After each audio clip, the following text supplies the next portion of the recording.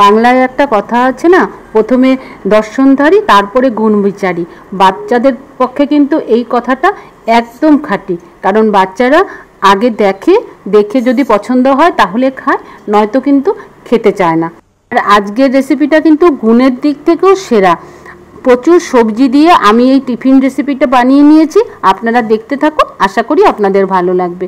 এখানে আমি দুভাগে সবজি নিয়ে নিয়েছি। আলু আর বিনসটা কিন্তু সেদ্ধ করে নিয়েছি, আর ক্যাপসিকাম, পেঁয়াজ, গাজর আর কাঁচা লঙ্কা নিয়ে নিয়েছি। বিনসটা আমি ছোট ছোট করে কেটে নিলাম, আর বাদ বাকি কাঁচা সবজিগুলোও কিন্তু ছোট ছোট করে কেটে নিয়েছি। আলুটা কিন্তু কিছুই করলাম না, এখন একটা বাটি নিয়ে নিয়েছি। আমি আলুটাকে প্রথমে একটু গ্রেট করে নেব। গ্রেটার নিয়ে নিয়েছি। এইভাবে যদি আলুটাকে গ্রেট করে নেওয়া হয় তাহলে আলুর যে গোটা গোটা থাকে সেটা থাকে না, টিফিনটা খেতে ভালো লাগবে। আর যেহেতু বাচ্চাদের জন্য বানাচ্ছি তাই এখানে একটা চিজ নিয়ে নিয়েছি। চিজটাকেও আমি এরকমভাবে গ্রেট করে দিয়ে দিলাম। বাচ্চাদের জন্য যদি না বানান তাহলে চিজটাকে স্কিপও করে দিতে পারেন। আর এখানে আমি আমার পছন্দ মতো কিছু সবজি নিয়েছি।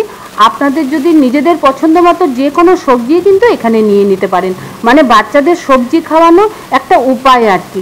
সব সবজিগুলো আমি বাটিটার মধ্যে ঢেলে দিলাম, সেখানে দিয়ে দিলাম অল্প নুন আর অল্প গোলমরিচ। আর এখন নিয়ে নিয়েছি ঘরে বানানো পনির। এখানে চাইলে আপনারা অরিগ্যানো, চিলি ফ্লেক্স এগুলোও দিয়ে নিতে পারেন। এই পনিরটা দিয়ে এখন ভালো করে আমি মেখে নিলাম। মেখে দেখুন এরকম একটা কনসিস্টেন্সি এসে গেছে, মানে দলা দলা হয়ে যাচ্ছে, এরকমভাবে মেখে নিতে হবে। তারপরে এখানে আমি মানে ময়দা আর আটা দিয়ে যেভাবে পরোটা বানায় সেভাবে আমি একটা ডো তৈরি করে নিয়েছি।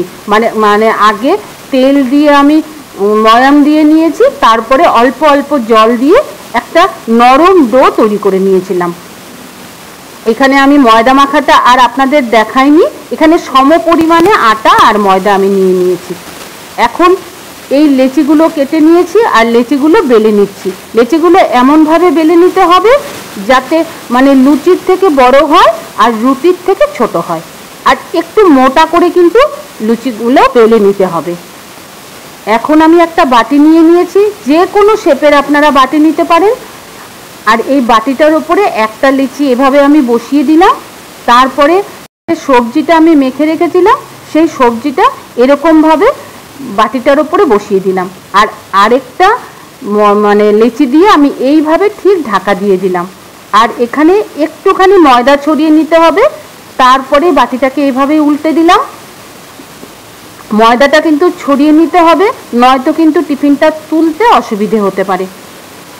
এখন সাইড দিয়ে বাটিটা রেখে সাইড দিয়ে আমি ময়দাটাকে সরিয়ে দিলাম।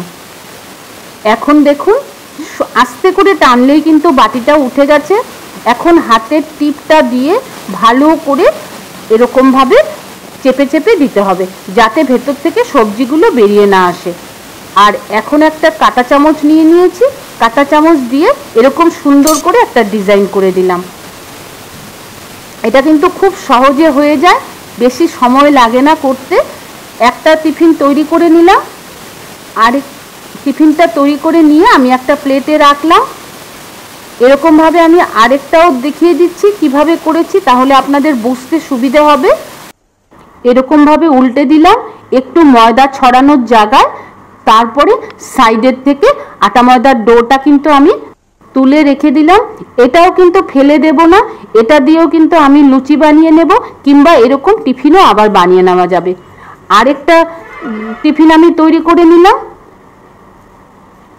ওটাও নিয়ে গিয়ে সাইডে রেখে দিলাম। আমি 6টা লেচি নিয়েছিলাম, তাতে আমার কিন্তু 3টে এরকম টিফিন তৈরি হয়েছে। এখন ভেজে নেওয়ার পালা। একটা তাওয়া বসিয়ে দিয়েছি, এটা আমার লোহার তাওয়া। সেই তাওয়ার ওপরে অল্প রিফাইন্ড অয়েল দিয়ে দিলাম। এখন একে একে এই টিফিনগুলো বসিয়ে দিলাম। গ্যাসের ফ্লেমটা কিন্তু একদম লো রেখেছি। লো রেখে এগুলো উল্টে পাল্টে ভেজে নিতে হবে। আর দেখুন দেওয়ার সাথে সাথে ভেতরটা যে ভাজা হচ্ছে বোঝা যাচ্ছে, একদম ফুলে উঠেছে। একদম লো ফ্লেমে ভাজলে তাহলে ভেতরের সবজিগুলোও ভাজা হবে আর চিজটাও গলে যাবে, খেতে খুব ভালো লাগবে। নয়তো কিন্তু সাইডগুলো কাঁচা কাঁচা থেকে যাবে, তখন খেতে ভালো লাগবে না, ভেতরের সবজিটাও ভাজা হবে না। এরকম যখন দুই সাইড লাল লাল হয়ে গেছে তখন নামিয়ে নিলাম। আর যেহেতু ভেতরে চিজ দেওয়া হয়েছে তাই কেটে দিলে কিন্তু সবজিগুলো ভেতর থেকে বেরিয়ে আসবে না। এখন একটু ঠান্ডা করে নিতে হবে। যখন ঠান্ডা হয়ে গেছে তখন আমি আপনাদের কেটে দেখাচ্ছি। ঠিক এরকম হয়েছে, ভেতরে সবজি ভর্তি। এটা কিন্তু খেতে খুব ভালো হয় আর বাচ্চাদের খুব পছন্দ হবে। আমার ভিডিওটা যদি আপনাদের ভালো লাগে প্লিজ একটা লাইক করে দেবেন, আর আমার চ্যানেলের বন্ধু হয়ে আমার পাশে থাকার অনুরোধ জানিয়ে আজকের ভিডিও শেষ করছি। ভালো থাকবেন, আবার আসবো নতুন কোনো রেসিপি নিয়ে। ধন্যবাদ।